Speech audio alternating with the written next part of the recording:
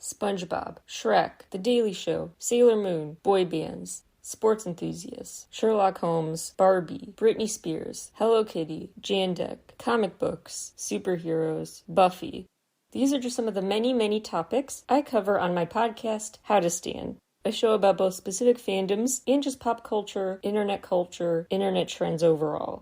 Check out How to Stan in the same feed as my other podcast, 17 Karat K-Pop, wherever you get your podcasts. And I'm an independent creator, and so please spread the word about the show. There's an episode for every interest, and I really do appreciate the support, spreading the word. You can also find out more info at my site, 17karatkpop.weebly.com. Thanks so much.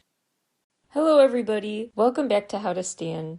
As I was doing research for an episode all about celebrity and pop culture-based college courses, I think this kind of episode is better for a conversation with one of the actual teachers behind the course. So today, to hear more about the gist of celebrity-based classes overall, and Harry Styles specifically, what we can learn from his discography, I talked to Professor Louis D. Valencia, an associate professor of digital history at Texas State University. He also has a PhD in early and late modern European history. This class all about Harry Styles is called Harry Styles in the Cult of Celebrity, Identity, the Internet, and European Pop Culture.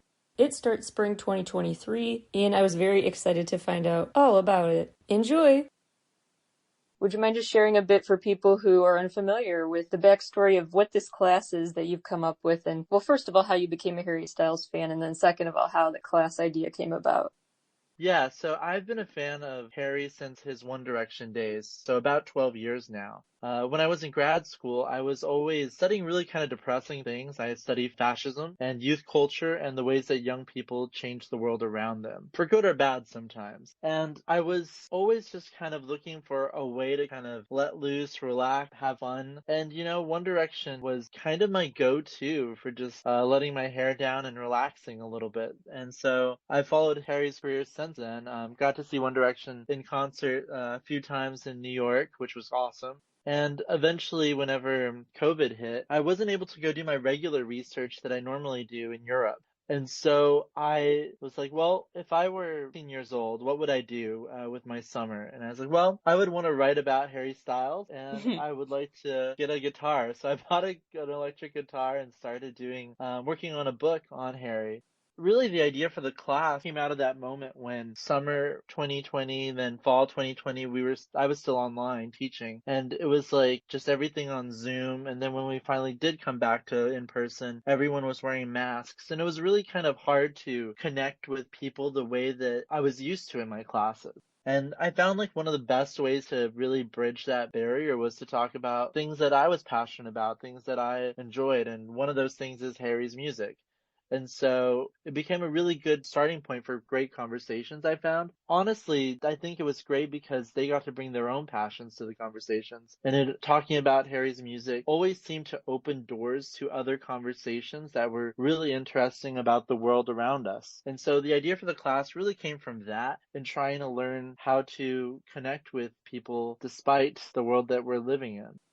Yeah, that's really interesting. I had previously on the show, I did an episode with these teachers who created a curriculum based on The Simpsons, and they were very clear that they wanted to say, they weren't really teaching a class about The Simpsons. It was really, they were using The Simpsons to teach other stuff. Do you kind of consider your class similar? Like, it's not so much a class about Harry Styles, it's a class that uses that common ground of talking about Harry Styles to, start talking about other things? I do think it is about Harry Styles in that it's about his art and his influences. So I think it's absolutely kind of trying to understand him as an artist and him as a actor now as well. And also trying to just think about like how art can tell us something about the world that we're living in. And I don't think of this class as like a gimmick necessarily to get people to come to my class. It's a class made for 20 students. So I hope everybody that's there is passionate to be there. But I really think that it's kind of like something that good art does generally, and maybe even just good fan culture shows us, is that you can really get a lot from series, a comic book, a music group. In all of my classes, I always rely heavily on popular culture to illustrate something about the things that we're looking at. And so I don't think that it's necessarily that I'm using Harry Styles to talk about the world, but rather I think that his art talks about the world, and that's sort of what makes it really interesting and good. That's what good art does. That's true. Yeah, it's like a window into culture more broadly. I'm curious what your title is, what exactly that means to study digital history, how that affects and plays into this class. Yeah, that's a great question. A lot of people always ask me that, and I always say that it's basically three things. One, it's studying the digital era, and it could be any one of these things. So it doesn't have to be all these things at once, but these three things. So it's studying the digital era. It's using digital technology to communicate something about history. So this could be a podcast, this could be a website, any number of things that historians can use to share history with the world. And then it's also using digital technology to do research. It's kind of all of those things simultaneously or individually. And I think with at least Harry Styles, my research on Harry Styles, it depends on being able to use internet sources and to kind of do a deep dive into using the internet as an archive. It's presenting history through an interesting online media. And then also it is studying the digital era. So by happenstance, this research kind of hits at all three of those things. This is what I find so interesting and what kind of my show is all about is how much fandom culture really is something worth studying. And One Direction's fans online have kind of been like historic in their digital fandom activity, I guess. They're almost like pioneering certain ways of being a fan online. So Totally. yeah, so I'm wondering, is that kind of how much the course might focus on his 1D days, and how is that an area like the online activity, the fans, is that kind of an area of focus of the class? Oh yeah, I would say about one third of the course is going to be just on One Direction alone. We look at every single album, we look at the world around it, we look at the fan culture that's used to propel them to fame from Tumblr to Twitter and fan fiction as well. So absolutely, I think that looking at the 1D days is kind of really important to understand how and why Harry has grown the way that he has. Yeah, it wouldn't have been the same at all. It'd be a totally different story without the internet. In the class, what are the main activities, the kind of projects that students will do, the kind of skills in, digital history in assignments will they have? The big assignment that we're going to be doing over the course of the semester is actually roughly 8-part podcast series that's going to be covering everything from the early days of One Direction to the very contemporary stuff. And the idea of it is that students are going to have to script out a podcast, they're going to have to do research, and it's going to be a very sort of edited type of process. So kind of in the way you might listen to like an NPR story or something along those lines where they really script out all the details of interviews and backstory. Students are going to be responsible for doing that and working collaboratively as a group. We're also going to have a couple of hopefully fun assignments that involve knitting. Oh, So that's maybe, cool. oh yeah, so we're gonna, the idea, at least for at least a bit of it, is we're gonna try to knit a class cardigan. A couple of things like that. But a lot of it really is just built around the idea of how do you convey history online and through narrative. And I think that's a really challenging skill to master. I guess you would definitely understand it since you have your own podcast. It's like, it's not just kind of something you slap together. You have to think about it. You have to plan ahead. You have to arrange interviews, these sort of things. And so the students are really going to kind of develop those skills as well. Working with our library, we have a recording studio that they're going to be able to use. Hopefully they'll come out with a whole set of skills that they didn't have before they entered the class as well as learning about Harry Styles. Yeah, I remember in college I would go to the recording studio all the time. And it's just invaluable that time to just hone your skills on whatever project, regardless of the topic. So that's very cool. As much as I think we both understand how fandoms are really interesting and worth studying or just being involved with and how much they can speak to the greater society, but I think we may be in the minority on that view. And did you have to deal with like people kind of skeptical in the beginning when you first pitched this class of saying, this is frivolous, or was there resistance to this idea for a class because people tend to kind of brush aside all fandom behavior as just silly and not really worth thinking about?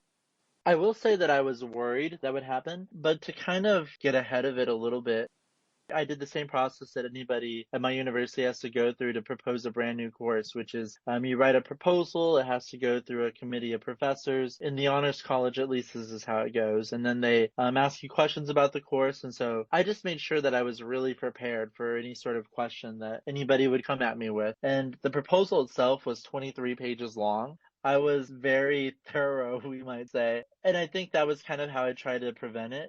There were questions of like, well, why Harry Styles and not somebody else? Why not Nirvana? It's like, well, I'm writing a book about Harry Styles, and this is the focus of my current research, so it's the topic that I know best, and also the only musician that I would really want to focus an entire course on myself, and that's because I'm a fan of Harry's. And so I think like that's a big part of it as well. As I think whenever the class announcement came, there were fans that were asking, well, is he a real fan? And then there were also people that were saying, well, this is frivolous. And I think it was just sort of like a moment where people were trying to figure out what my motivation is. And honestly, I think the best way to describe it is I think like any really good fan culture, it's oftentimes the way that we enter conversations and the world itself. And so I think once I started talking to fellow professors about it, they're like, oh yeah, well, obviously you can study things like the Beatles to understand the 1960s. So if we wanted to understand something about our modern day era, it makes perfect sense that we would look at One Direction and Harry Styles as a lens that we can do that from. There are actually kind of quite a few. I mean, it's not common, but it's not super, super rare. There have been past times where teachers have created a course built around a certain star or a certain piece of pop culture. Did you hear about any of that or take inspiration from any other similar class, or was this all kind of your starting from scratch template? I did know about the Taylor Swift class at NYU, which was sort of a short class. I don't think it was a semester long. And I had heard about that. I had actually started the idea for this class. 2021 was when I started writing the proposal. I wrote the proposal during the fall of 2021 and submitted it that sort of December or January to the Honors College. And so whenever I submitted it, I had somewhere around that time, I had heard about the Taylor Swift class becoming a thing. And so I was like, okay, well, at least I'm not alone. And that's kind of how I think about it is the more types of classes that do take seriously fan culture and the people that are really influencing the world that we're living in mass, I think the better. So I've looked at scholarship for the better part of my entire academic career. Things like Elvis Presley to Beyonce to Kendrick Lamar, you name the musician really, Bowie. So it's not like any of these things are really new. What I think is interesting is sort of the phenomenon around the media attention that they're getting. And I think that might be a little bit different than in the past. So while there's probably been, who knows, dozens of classes about Elvis or the Beatles or you name it, it wasn't, I think, until recently that these courses started to get real media attention. And it's probably brought on by the internet, just because back in the day it wasn't so easy to find out what courses were being offered at any individual university unless you went there. Right. Could someone take your general outline for your syllabus and create their own class about a different person, or is it very specific? The way that I've structured this class is that it really is built around Harry's art, whether it's the movies or the music videos, and just starting with that as the point of entry and then going from there to the topics that are relevant. So whenever we're looking at his debut album, solo album, songs like Sign of the Times is a song that really lets you talk about things like gun control or gun violence. If you look at songs like Kiwi from that album, you can think about bodily autonomy. And so I think it wouldn't be that a person could adapt my syllabus to another artist, but they can look at the music and the art of any artist and think of this as sort of a strategy to be able to extrapolate into the broader world. What are some specific ways you think Harry Styles in particular is the ways that he as an artist does have more in-depth content and there's more to his music than people might think. Yeah, and I think another example that I have sort of in mind for the course is just thinking about the ways that women are portrayed, we'll say generally from the One Direction days through the more contemporary stuff in Harry's music. So earlier in the One Direction days, when they were oftentimes songs not even written by the boys, you see a little bit more of, we'll say, objectification of girls in particular in some of the really early One Direction songs. But then you see as they start to become writers themselves and musicians themselves and learn and grow as adults, you see them evolving to being some of the songs not even using gender pronouns, particularly in Harry's more recent work, whenever describing romantic affairs or what have you. So I think that there are ways that the music has changed and reflects these ways that we as society are thinking differently about gender and sexuality. And I think that's a really interesting way of kind of just seeing the long evolution of how society has been changing over the last 12 years just through the depiction of gender within the songs. This class will also touch on, and you mentioned this earlier, the movies and the music that has inspired Harry and what kind of things you're going to talk about related to them. Absolutely. So one of Harry's philosophers that he's cited several times and been caught carrying books of is this guy named Alain de Botton, who's a philosopher that has this great book called A Course on Love. And he looks at these sort of questions of love more generally. And I think it's a really interesting kind of lens to look at that type of book to understand love on tour. What does that mean? Or what does Harry talk about whenever he's singing about love? Harry also reads a lot of Charles Bukowski poetry and novels by Murakami and essays from people like Susan Sontag. And all of these types of people, I think, really show influence just in the ways that Harry writes his lyrics in particular. But also, I think Susan Sontag has this great essay on camp that Harry has been caught reading her book of essays that includes this. And it's, I think, one of those ways of thinking about, well, why does Harry choose what he chooses in his performances and in the concert spaces?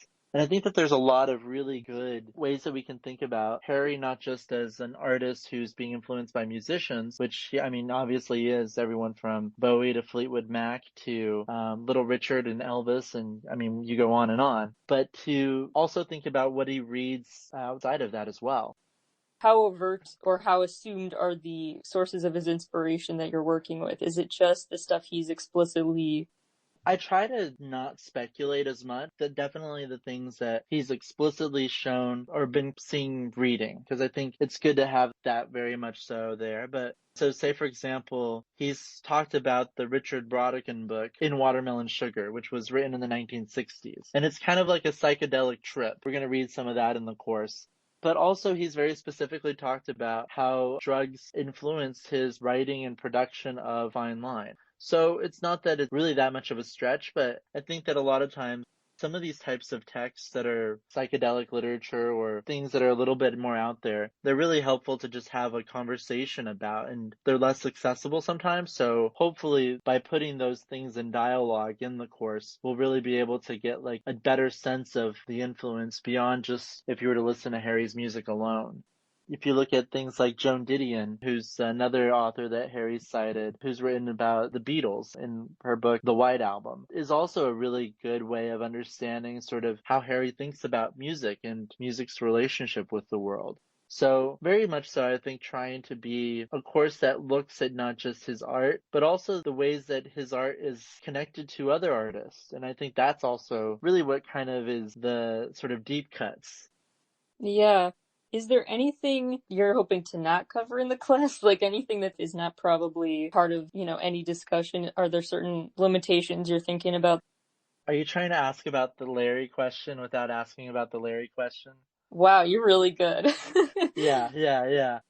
Well, there's going to be one day that's going to be about Larry and the phenomenon around it. And really kind of the way that I'm trying to frame it is we're going to limit it to the one day and talk about sort of why do these types of discussions appear on the internet? Harry's not the first celebrity to have what some people would call conspiracy theories evolve around him. Everybody from Marilyn Monroe to Elvis Presley's still alive to James Dean's sexuality and are all sort of built around these kind of conspiracy theories and rumors. And so we'll just talk about the phenomenon about how do these types of things come to be. And I think that that's a really actually important topic to talk about when discussing internet culture in general. So I don't want us to be talking about Harry's sexuality, but rather what people say and how this phenomenon comes to be when discussing those types of things.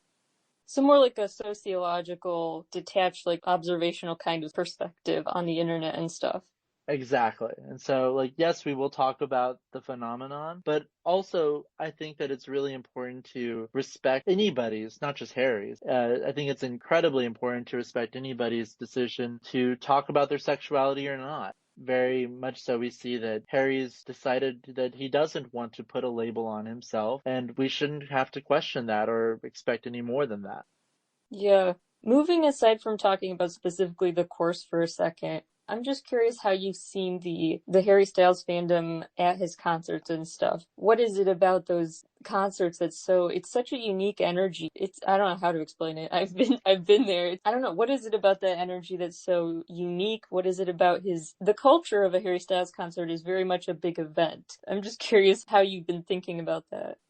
Totally. That's a fantastic question. And we're actually going to have days that are just dedicated to the tours and the concert experience. So Harry's going to be in Austin next week, actually. So Oh wow. yeah, so hopefully a lot of the students will have experienced exactly what you're talking about. I remember this past summer, I was in Manchester, my first time ever in Manchester, and I was going to go to night two of his concerts there. And I was trying to figure out, well, where do I go? And then I just saw this trail of feathers. And I was like, oh, I'm going the right way. I'm definitely going the right way Mhm. because of everybody wearing boas and dressing up and feeling comfortable in themselves. Sometimes you see people that are modeling sort of the type of clothing that Harry's worn himself, but also a lot of times you just see people wearing things that they feel really good in, comfortable in. And I think that's a really kind of important part of his concerts. I think what Harry does is he encourages self-love in the concerts very explicitly. And I think that that's part of why these concerts are such wonderful experiences for so many people is because it gives you an opportunity to really just feel maybe a little bit more comfortable in your own body and dance and sing and let loose a little bit. And I think they're really kind of the embodiment of what I think a lot of his fans feel when they think about Harry is that he really does exude this love, this idea of kindness, but also he's a little bit fun. He's interacting with people in what feels like an authentic, genuine way in the concerts. And I think that's a different sort of thing. I go to concerts all the time, and I can't even think of any other concert that felt so individualized and so personal the way that a Harry Styles concert feels. And I've been to several of his shows at this point in my life, and all of them feel different. The same vibe, but it also feels very personal. And I think that's one of the things that really makes his concerts so wonderful. That's interesting. It's almost like a full circle moment because you were saying how, like, in One Direction days, One Direction was a good go-to to just kind of let loose and enjoy yourself. And now, as a soloist years later, his shows are still doing that, but in his own more honed in way, I guess. Yeah, I think that absolutely. So the music of One Direction, a lot of it's fun, it's joyous, it's really interesting. But then also like at the concerts still and if you ever went to any One Direction concerts, those were Yeah. also fun, right? Mm-hmm. There was joking on stage between the guys. That was always kind of a part of it. And what Harry's brought along with him is still that sort of sense of fun, but there's also now a sense of self-love that's really developed. And I think that it's not just something that Harry promotes, but I think it's something that the fans themselves have helped create. And I think that's an important part of this, that this is also fan created. When you think about sort of the role of One Direction fans in sort of publicizing queer issues back in the day, I think that's kind of where a lot of this started to get a lot of its legs. And once Harry sort of started dancing around stage with the pride flag, a lot of this type of stuff that we still see already existed in the One Direction days. He's just really amplified it and it's grown since. Yeah, so it's kind of like I don't know, it's almost like an amplification. Amplification requires something to already be there to amplify. You know what I mean? Right, totally. And it's the fans that bring the energy, and Harry also then takes that energy and amplifies it, and then it goes back into the fans, and it's this wonderful feedback loop that really is special, I think. Yeah. I have a feeling I know how you'll answer, but I have to ask anyway. Do you plan to have any special guests drop in on this course, or has anyone from Harry's team been made aware of this? Do they have any idea this class exists? I really hope that they do know about it. Nobody's reached out to me from Harry's team, but that's kind of okay. In the sense that, I mean, yes, it would be really awesome to have any sort of interaction with Harry in the class. But I think that it's also one of the things that I love about this is that it's kind of a tribute from fans to fans talking about his music and art in some ways. So Harry's already in the class with us regardless. He doesn't have to be there physically, I guess. Yeah. What are the big takeaways? What are like three main things that at the end of this semester, well, I guess it's a two-part question then, because I'm also curious if you plan to do this class more than just the one semester. But then my follow-up question is, what are the three main takeaways that will leave you thinking this class was a success, this class did what I wanted it to do, these are the takeaways these students will take with them after class is over? I do want students to get better at writing, better at producing audio content, and thinking about Harry's music and art in a nuanced way. That's one. But I think more importantly, the other two things would be I really hope that students really get the opportunity to bring their own knowledge to the course as well, to feel that they have something to contribute to the discourse. And I think that that's oftentimes something that a lot of times students feel like they don't have knowledge or expertise. And I want them to feel like it's totally something that they can feel comfortable with and expand upon and turn into something that they really are passionate about. And I think if that is accomplished, then it's wonderful. The biggest thing that I want, though, and I think this is sort of why I love Harry's art in the first place, is I really want students to leave the class with just a little bit of that feeling that I leave a Harry Styles concert with, feeling a little bit more confident in myself, have a little bit more self-love, and just really have a more pluralistic, inclusive way of thinking about the world that we live in. And yes, I hope to teach it as many times as I possibly can. I wasn't sure. Like, I really wasn't sure if this would be the type of thing that would catch on, and I was really happy to see that there's such interest. We're going to have registration opening up in the next several weeks, so hopefully we'll get a lot of interesting people to come. It's interesting because it's kind of like what you were saying about the concert. Like each concert is a totally different thing in a way. And each time you teach this course, it could be a totally different class because of the people that are contributing. Absolutely. And I think that I'll probably have a lot of Harry fans. I think there'll be maybe a few people there that they are fans, but they don't really know much of the lore or the backstory. So new fans welcome as well. And some people might not even be fans at all. Who knows? So I think that sort of mixed bag can be good for everybody. Yeah, that'll make for some interesting conversations. Those are all my questions for you. Thank you so much for telling me more about this class. Is there anything else you want to say about the class or any just final thought you want to leave listeners with about Harry or your class or anything? First off, thank you for having me on. And I guess the thing that I would say is that I hope that even if you can't be in the class, once we have a podcast series going, that you might be able to join a little bit there. And so hope to make some of this available to the broader audience outside of just the 20 people who are going to be in the room with us. Oh, that's interesting. So it's a class studying the internet where the internet will get kind of an inside look at the class. Oh yeah, we're going total meta here. I was going to say, this is really meta. Well, that sounds very exciting. So thank you so much again. Thank you. I appreciate being on. Thanks again to Professor Louis D. Valencia. If you really like this episode and want more about Harry Styles and One Direction, and boy band fandom in general, boy band culture, fandom culture, be sure to check out my episode called The Past, Present, and Future of Boy Bands, a conversation with music journalist Maria Sherman, as well as a ton of other episodes of my show before and in the future, so stay tuned and subscribe. Talk to y'all again soon. Bye, everybody.